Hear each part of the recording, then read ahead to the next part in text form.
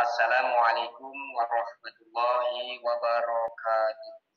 Waalaikumsalam warahmatullahi wabarakatuh. Bismillahirrahmanirrahim. Allahul kafi Rabbunal kafi Wasadana kafi kafi wajadana kafi likulli likulli kafi kafi kafana kafana kafi kafi wani'ma wani'ma kafi alhamdulillah.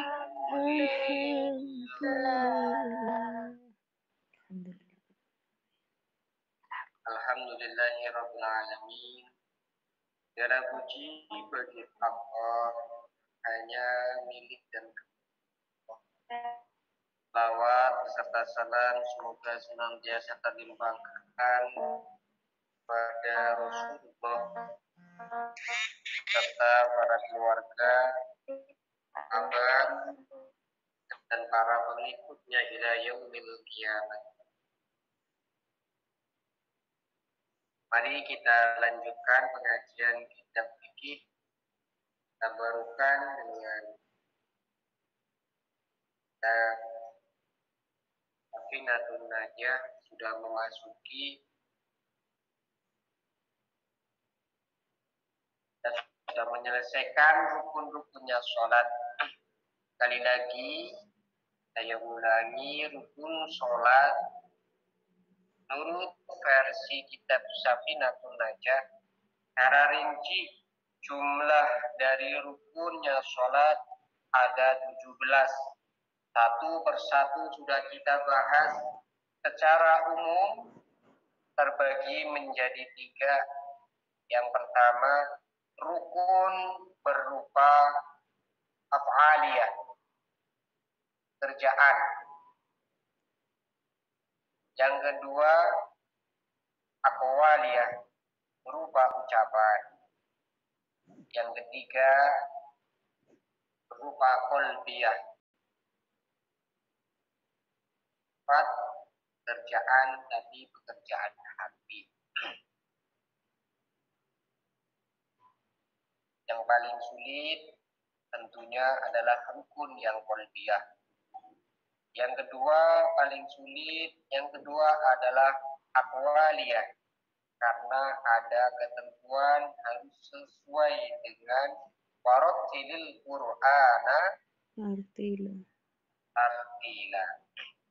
Yang ketiga, rukunnya sholat berupa af'aliyah, sudah asal melihat atau apa-apapun bisa melakukan rukun-rukun yang berupa af'aliyah.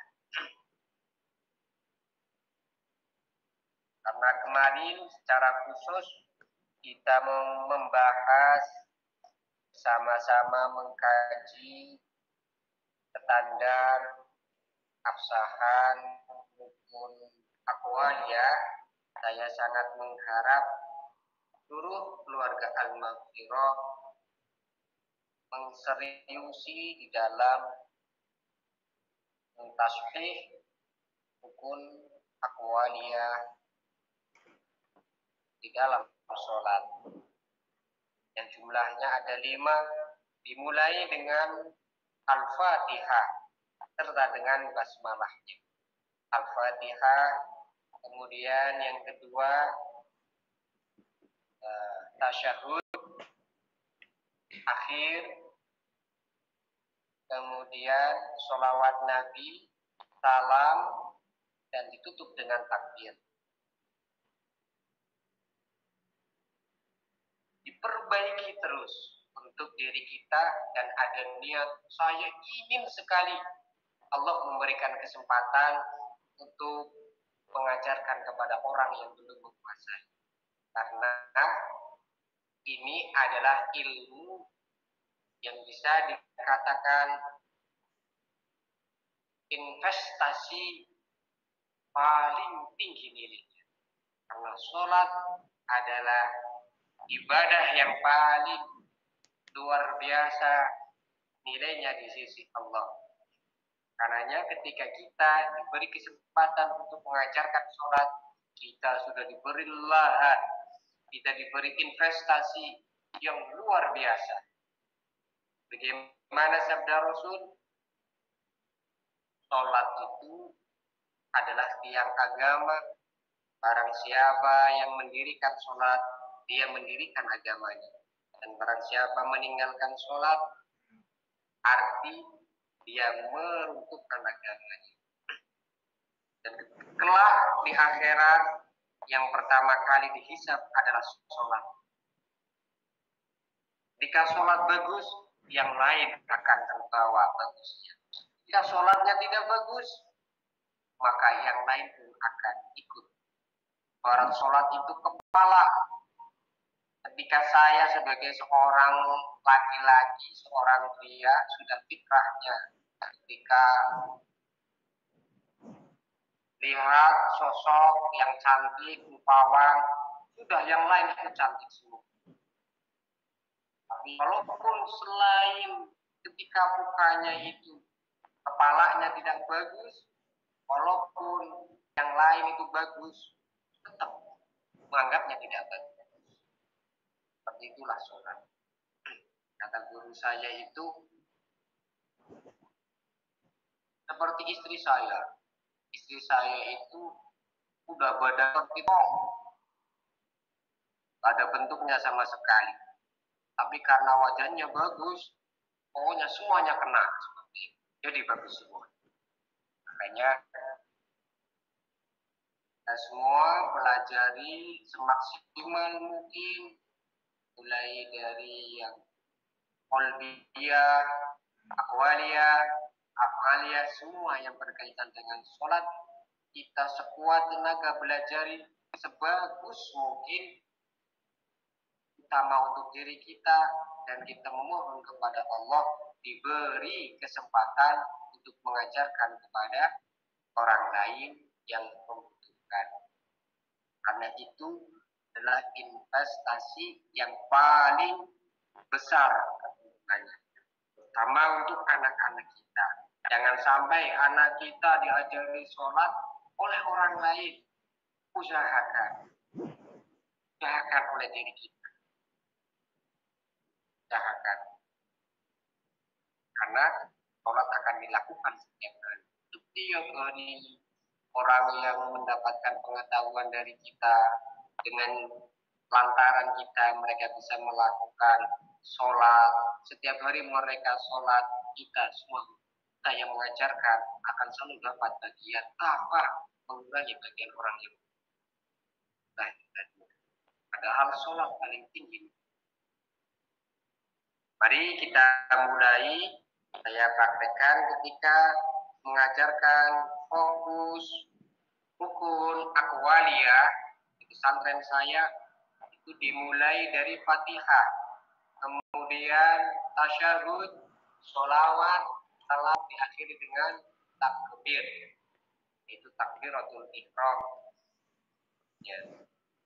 Katanya sebagai contoh saja, saya akan membacakan rukun-rukunnya sholat yang bersifat aqwaliyah, dengan harapan saya serahkan tata cara pembelajaran ini kepada panjenengan semua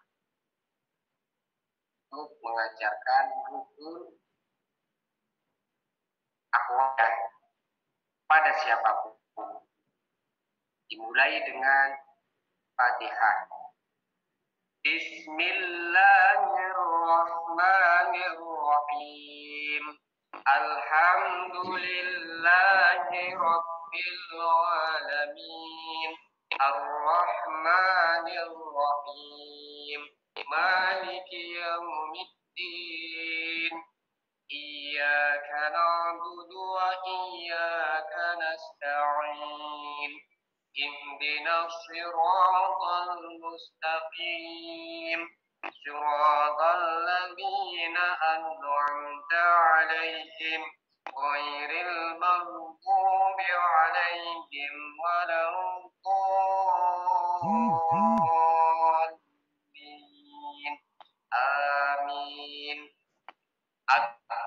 At-tahiyyatul mubarakatus sholawatut thayyibatu lillah. Assalamu alayka ayyuhan nabiyyu wa rahmatullahi wa barakatuh. Assalamu alayna wa ala ibadillahi shalihin. Ashhadu an la ilaha illallah wa ashhadu anna Muhammadar Rasulullah. Allahumma salli ala sayyidina Muhammad. Assalamu alaikum warahmatullahi wabarakatuh. Allahu Akbar. Saya berikan kepada panjenengan semua, mohon pelajari bersama-sama, koreksi waktu sampai benar-benar diacungi jempol bagus oleh para senior di Al-Maghfirah, di Unibana khususnya, ataupun senior-senior yang lain yang sudah saya dengarkan di Eni, Mbak Usni, tahu saya, yang saya tahu karena sering saya mendengar suaranya. Kita lanjutkan pasal berikutnya. Nanti kalau nggak dilanjutkan, kita khatam-khatam, nanti nggak lama, nggak buat tumpeng.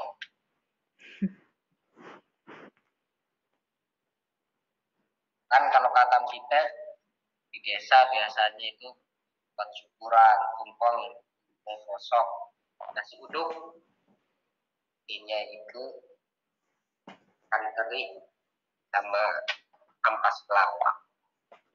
Kita lanjutkan awal itu ridwanillah wa syafa'ati Rasulillah sallallahu alaihi wasallam tawassulan wa tabarukan di jami' masyayikhina wa sadidina wa muallimina wa jami' musannifin wa muallimin alladzi 'allamnaha khususan matang sahib kitab Kasyifatus saja saya saling selip resmi ekonomi. Al-Fatihah. A'udzu billahi minasyaitonir rajim.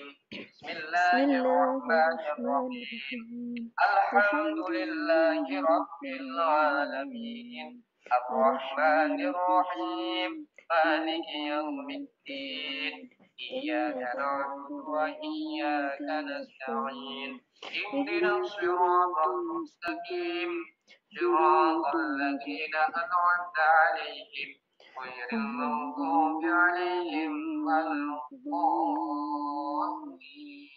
Rabbighfirli wa liwalidayya wa lil mu'minina amin. Dan satu lagi, saya tahu dan saya sangat sadar bahwa tidak ada sesuatu yang lebih utama, lebih tinggi nilainya setelah ibadah fardu selain dari mencari ilmu. Mencari ilmu itu nilainya tidak ada yang sebanding, yang dialah yang paling tinggi setelah ibadah fardu. Ibadah fardu itu apa saja? Adalah ibadah yang tentunya menjadi rukunnya Islam, jadi rukunnya iman. Fardu tidak ada amal lain yang lebih utama melainkan mencari ilmu. Dan karena itu Umi, saya sadar saya sangat sulit, saya banyak sekali alasan. Kalau mau ngaji itu banyak sekali alasan. Acara ini, ya saya memang mungkin bukan jatah saya.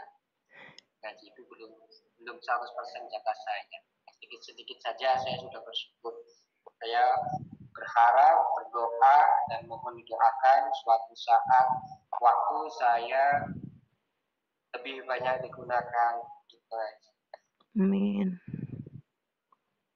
Bismillahirrahmanirrahim. Faslun. An-niyatu utawi niat iku salah darajatin ana telu pira-pira derajat. Kemudian Salim Al-Hadrami setelah menyelesaikan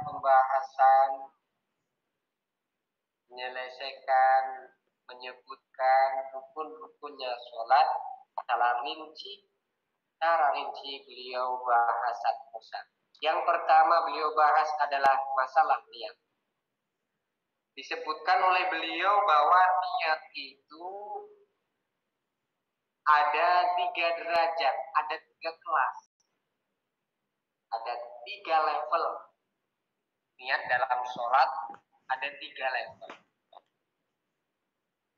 Yang pertama, ingkanat lamun ono opo as-sholatu sholat ono iku fardon sholat fardu wajibna mongko wajib opo qasdul fi'li nejo agawe watahinu dan nertemtoake wal fardiyatu dan niat fardiyah.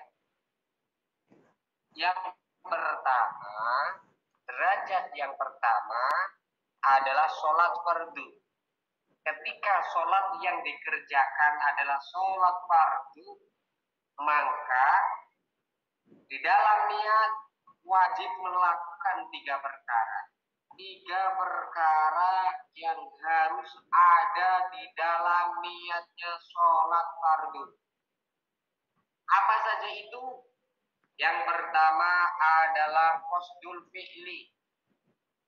Hati menghadirkan sadar bahwa kita hendak melakukan sholat. Perwujudannya bagaimana? Di dalam hati kita muncul kalimat saya sholat. Bahasa Arabnya usolli. Ijai kita dulu ketika kecil nawaitu usolli, ditambahkan nawaitu. Nawaitu niat ingsun usolli sholat sama ingsun, sholat sama ingsun. Atau usolli saya sholat. Qasdul fi'li. Terus yang pertama yang wajib adalah usolli. Hati kita menghadirkan usolli. Maksudnya apa? Saya sedang sholat. Jangan sampai ketika mengucapkan usolli, hati kita, pikiran kita melayang-layang gentayangan. Usolli, saya sholat. Itu yang pertama. Yang kedua adalah ta'yin. Ta'yin itu menentukan. Sholat fardu ada 5 ditambah 1 Jumat. Jumat juga sebagai pengganti daripada zuhur. Intinya 5. Atau sholat sendiri zuhur ditiadakan pada hari itu. Ditakyin ketika maghrib harus ada ucapan maghrib hati kita. Ya kalau isya ada ucapan isya. Zikir kita berkata, pikiran fokus hati kita juga berbahasa. Bersinergi. Sholli dan juga menentukan takyin. Zuhur, asar, maghrib, isya, subuh. Kemudian yang ketiga yang wajib adalah fardiyah. Mengucapkan fardiyah. Mengucapkan fardhu. Biasanya susunannya kalau sholat pertama usolli, kedua fardiyahnya digandeng dengan takyin. Usolli fardhul maghribi, usolli fardhul isya'i, usolli fardhus subhi. Seperti itu. 3 ini yang harus ada di dalam niat ketika kita melakukan sholat. Berarti ketika kita takbiratul ihram nanti dijelaskan waktunya adalah ketika mengucapkan takbiratul ihram. Ketika kita sholat sendirian, sholat maghrib seumpama harus minimal ada 3 perkara. Qasdul fi'li, usolli, 2 tahyin, maghrib, 3 niat fardiyah. Berarti usolli fardul maghrib itu ada di hati kita. Allahu Akbar. Dan ketika mengucapkan takbir di hati kita ada usolli fardul maghrib. Ketika subuh usolli fardul subhi. Itu harus ada. Nyong agi sembahyang maghrib, nyong sembahyang fardu maghrib, seperti itu. Bebas di dalam hati kita.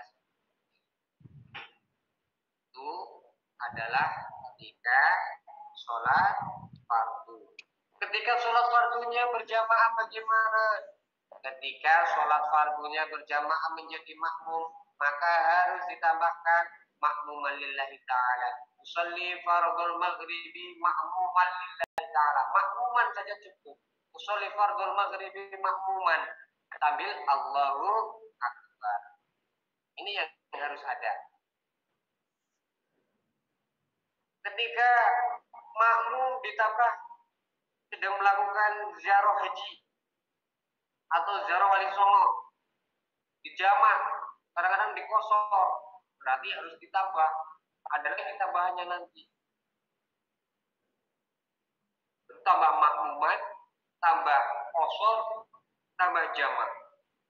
Nah, nanti ada spesial pembahasan jamah. Cuma di niat, iya. Pembahasan niatnya di sini saja. Digabungkan. Ketika kosor berarti tambahkan kosor. Sholli fardhu zuhri, sholli fardhu zuhri majmu'an ma'al asri kosron makmuman lillahi ta'ala. Wakil teman.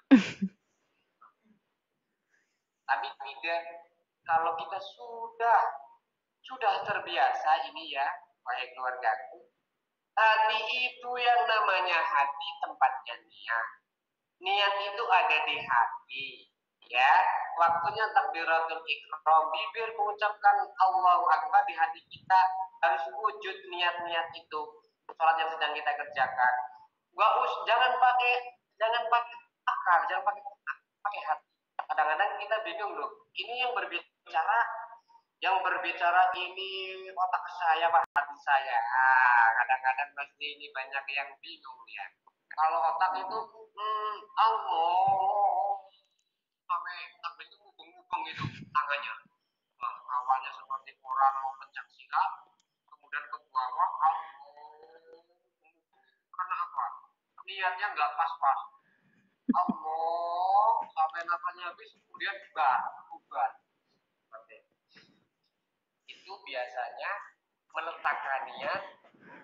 Ini menurut saya ya Budi ya, itu di pikiran bukan di hati. Kalau hati itu dalam 1 second saja, satu second sesungguhnya bisa mengucapkan 1000 kalimat. Apalagi ketika mulut Allahu Akbar, hati kita bisa mengucapkan ribuan kata. Hati kita seperti lautan, bisa menampung segalanya. Tinggal seperti apa hati. Hakikatnya, idealnya hati seperti itu, hati yang dikehendaki. Seperti itu. Makanya kita latih menghidupkan hati kita, pertama di dalam sholat.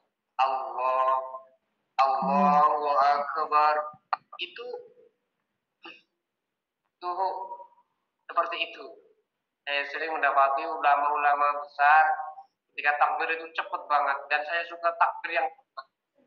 Allahu Akbar, seperti itu. Allahu Akbar. Itu sudah cukup walaupun niatnya jamak, niatnya banyak. Seperti orang sedang sholat jenazah itu kan, jenazah. Sholli ala hadhil jenazati arba'at takbirati fardul kifayati ma'umman lillahi ta'ala. Apalagi sholat jarang dikerjakan. Itu sulit sekali kayaknya. Jangan pakai otak, pakai hati. Niat itu bukan di otak, niat itu di hati. Udah pokoknya Allahu Akbar, cukup hati kita menghadirkan itu semua. Hati kita menyuarakan itu semua. Saya sedang berbicara seperti ini, saya bisa mengucapkan ribu bahasa hati. Ada I love you, I miss you, bisa. Kan seperti itu, Umi. Seperti itu. Aku sayang Umi, bisa. Hati punya dimensi sendiri. Dan niat itu tempatnya di hati. Nah, ini sekali lagi, ketika sholat fardu sendirian, cukup usolli fardul maghribi semisal. Nah, yang lain bagaimana? Salah sarfa'ati mustaqbilal kiblati adaan lillahi ta'ala. Ada jelaskan 3 rakaat maghrib ya pasti 3 rakaat salah sarfa'ati mustaqbilal kiblati jelas mustaqbilal kiblati kemudian adaan karena ini tidak kodok. Kalau kodok yang kodokan tambah lillahi ta'ala. Dan yang selebihnya ini sunnah. Yang wajib ketika sholat sendirian, sholat fardu, usolli fardul maghrib. Kalau isya, usolli fardul isya. Dan upayakan itu harus benar-benar hadir di dalam hati ketika Allahu Akbar. Tidak takbir. Nah itu. Kalau makmum tambahkan, ketika takbiratul ihram tambahkan usolli fardul maghrib makmuman.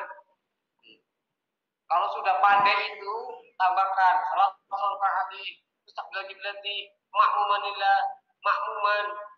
lillahi ta'ala. Kalau sendirian kodokan itu kok apa? Kodo itu enggak apa-apa.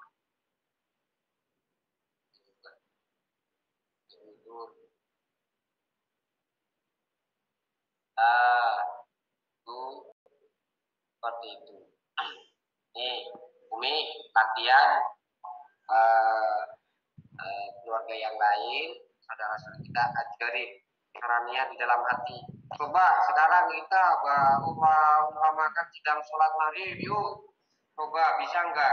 Hatinya takbiratul ihram, hatinya menghidupkan sholli fardul maghribi di hati, yang di otak.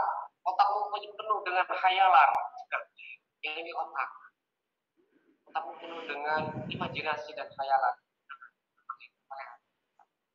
Coba, sudah belum? Bisa belum? Umi, saya membayangkan Umi kan enak gitu. Maunya umumnya. Sama saya saja, saya senang. Kalau dimarahin sama Umi, itu adalah jamu. Kalau udah bisa, yang standar, tambahkan lagi. Dilatih lagi, sumpama sedang jamak. Karena dalam perjalanan pulang, besok persiapan kita mau pulang ke Indo. Pasti di tengah perjalanan, kita ada ritual yang namanya sholat di jamak, sholat di kosor, latihan. Pulang privat dulu sama Umi, sampai benar-benar bisa lakukan sholat itu, niatnya itu, terutama niat. Kalau yang lain mah mudah semua. Akwalia saya yakin di Al-Maghfirah bacaan bagus semua. Akwalia terlebih kayaknya semuanya suka olahraga itu. Akwalia itu kan kesehatan, yoga paling luar biasa itu. Kalau yang sedang sakit punggung, kuku kaku, lalu kempol itu apa bahasanya, kaku, cobalah ketika ruku yang panjang, yang lama mungkin, insya Allah akan ringan, enteng rasanya. Nah, niat ini yang paling luar biasa. Di secara privat yang berhak itu sudah benar dan belumnya ini. Saya di sini sebagai guru bantu. Ya Umi ya. Kita lanjutkan niat tadi kalau niatnya fardu. Kemudian itu yang pertama, level yang pertama. Bagian yang pertama. Kemudian yang kedua, wa ingkanat lan lamun kono apa salat ono iku nafilatan salat sunat yang bagaimana muakkotatan kang den wektu karo tibatin kaya dene salat sunat rawatib auza tasababin utawa salat sunat kang duweni sebab wajaba mongko wajib apa qasdul fi'li nejo agawe watahyini lan tertentuake. Tingkatan yang kedua, level yang kedua, bagian yang kedua, niatnya sholat adalah sholat yang dilakukan berupa sholat sunat yang di waktu-waktu. Sebagaimana sholat rawatib, sholat duha, sholat apalagi yang di waktu-waktu. Banyak sholat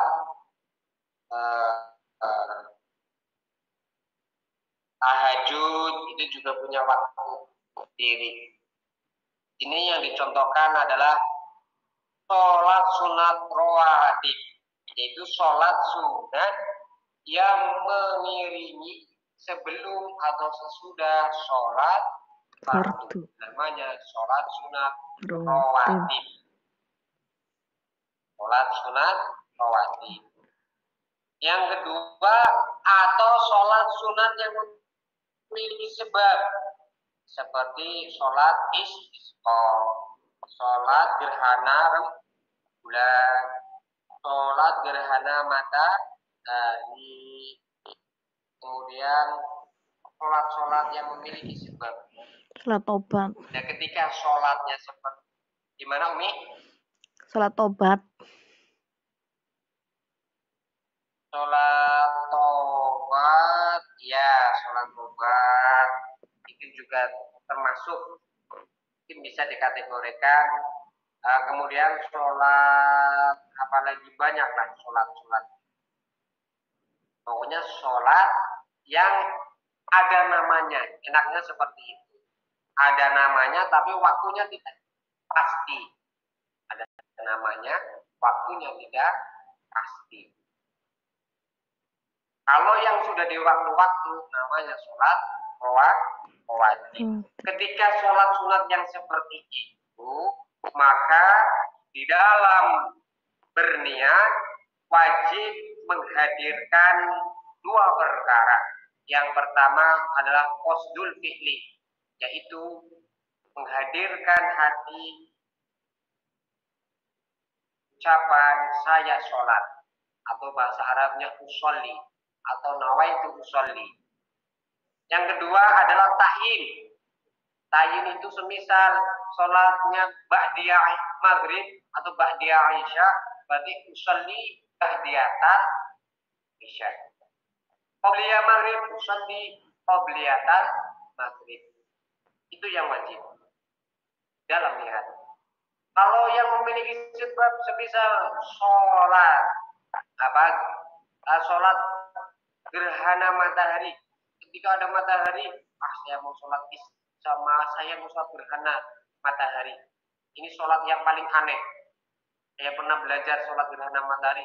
Ini pas ada gerhana matahari, saya mau sholat. Pas ada gerhana matahari, saya sholat. Karena di rumah di perantauan gak ada teman sholat sendiri, mengamalkan ilmu. Nanti usolli sunnatal khusuf, ketika gerhana rembulan. Usolli sunnatal khusufi. Usolli khusufan, mungkin seperti itu cukup. Saya sholat gerhana matahari. Sholat gerhana matahari itu aneh Umi, karena apa? Rukunya itu 2 kali, 2 rakaat. Setiap rakaat itu rukunya 2 kali. Setelah ruku yang pertama, berdiri lagi, Fatihah lagi, baca suratan lagi, baru ruku, kemudian berdiri tidak, baru sujud. Rukunya 2 kali.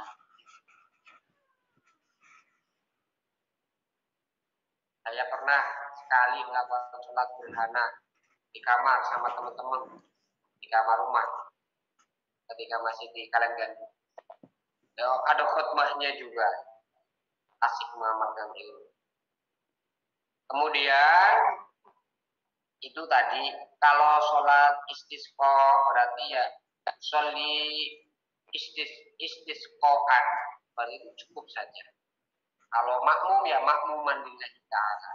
Adapun yang lain seperti sholli sunatan qobliyatal maghribi, sunatan itu tidak harus. Sholli qobliyatal maghrib cukup. Yang lain sunatan qobliyatal maghrib, rakaataini mustaqbil qiblati, sunatan atau lillahi ta'ala, selebihnya itu sunat saja. Kalau sunat itu mengganggu hati, makin bingung Allahu Akbar, menghadirkan yang banyak-banyak itu, gregepan, bingung, tinggalkan saja. Karena apa? Jangan sampai sunat mengalahkan yang wajib. Wajib dulu kita pelajari. Kalau sudah jos, sudah bagus, tambahkan. Yang ziyadah utama. Itu yang kedua. Kemudian yang ketiga, kita selesaikan. Wa ingkanatan lamun ono apa salat ono iku nafilatan, salat sunat mutlakon kang mutlak, wajaba mengko wajib apa qasdul fi'li nejo agawe fakot ale bulogone qasdul fi'li. Yang ketiga, ketika sholat yang dikerjakan adalah sholat sunat mutlak, maka yang wajib dihadirkan ketika dalam niat, yang wajib dihadirkan ketika takbiratul ihram, niatnya adalah qasdul fi'li saja. Tiba-tiba saya ingin sholat, ya Allah saya pusing, saya banyak masalah, saya mau sholat, ambil air wudhu, kemudian ke tempat sholat, ke pesolatan, mau sholat rumah, sholat apa ya ini ya, mau sholat zuhur belum masuk, apalagi maghrib belum masuk, ini jam 10, sholat duha udah, ini bos tiba-tiba pusing, ingin sholat apa ini, sholat sunat mutlak. Pokoknya sholat saja. Atau Umi sedang baca Al-Quran, duduk, semuanya aurat tertutup, ingin sholat. Tiba-tiba ingin sholat saja Umi. Berdiri boleh, sambil duduk boleh. Sholat sunat itu mah. Umi sehat. Umi sehat. Umi panjang umur. Nah, mau sholat, sedang baca Al-Quran. Ini kok Quran enak sekali ini saya baca ya. Coba saya pakai dalam sholat. Saya mau sholat sambil baca Quran. Kayaknya ini ayatnya kok sangat menyentuh. Saya coba pakai dalam sholat. Langsung saja menghadap kiblat, Umi sambil duduk, Allahu Akbar, dan niatnya sholat sunat mutlak. Cukup usolli di dalam hati ketika Allahu Akbar, cuma usolli, aku sholat. Itu namanya sholat sunat mutlak. Jarang dikerjakan kecuali orang-orang yang seperti itu. Tiba-tiba ingin sholat, ya Allah, kelas orang di desa itu pekerjaannya luar biasa.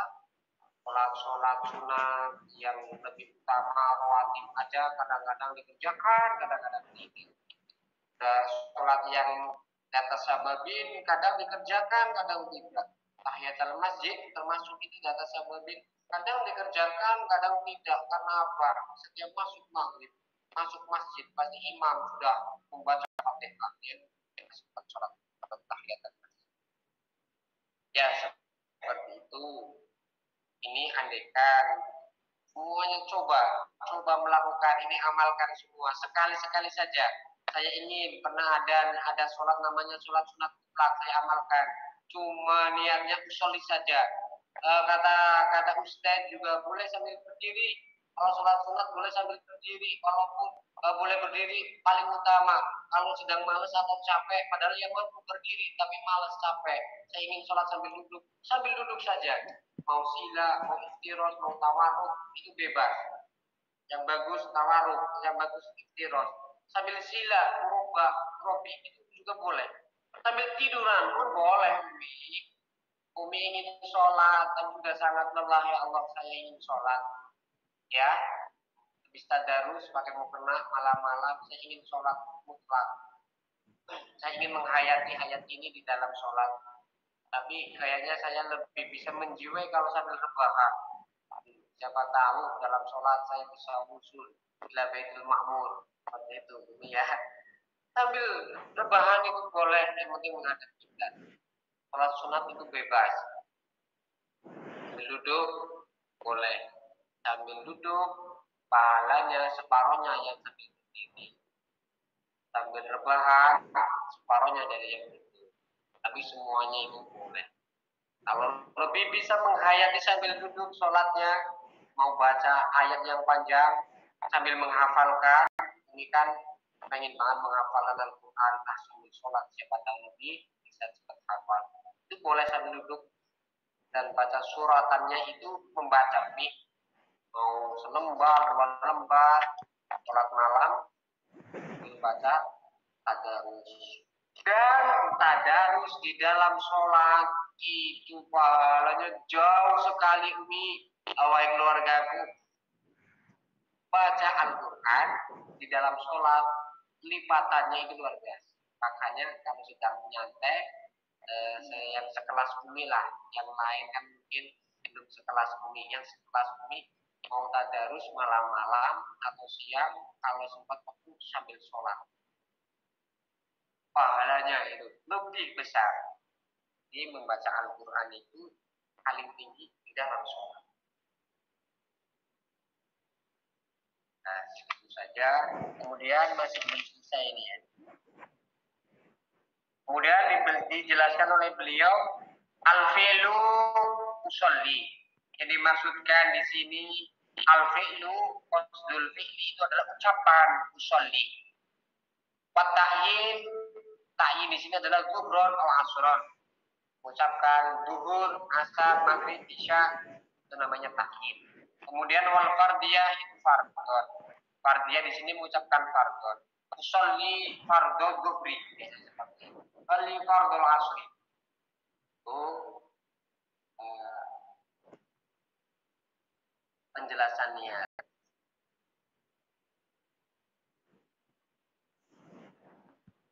Sekali lagi saya ini tadi tingkatannya, dan niat itu tempatnya di dalam hati.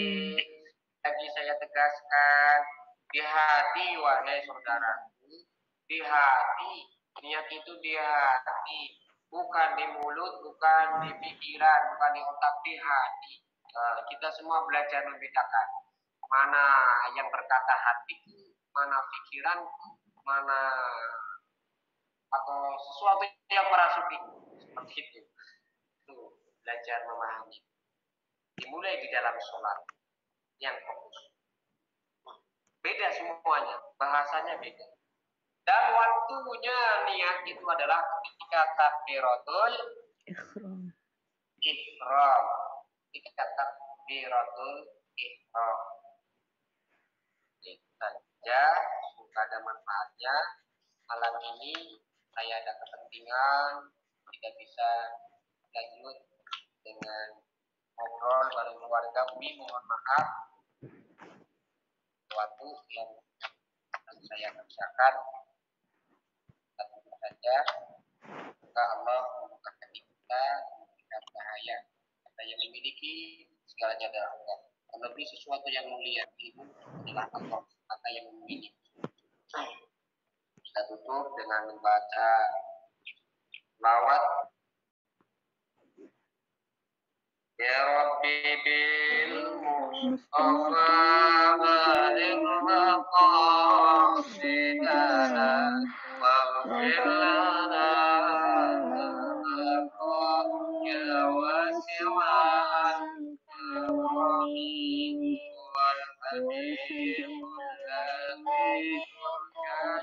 Terima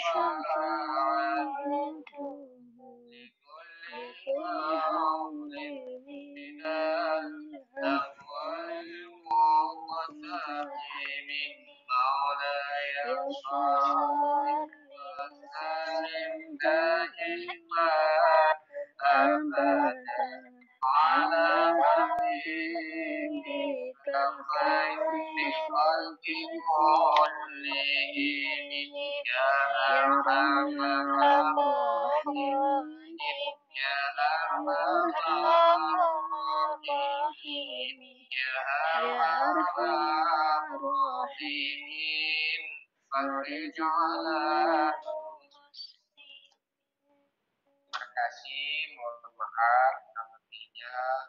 Assalamualaikum warahmatullahi wabarakatuh. Waalaikumsalam warahmatullahi wabarakatuh.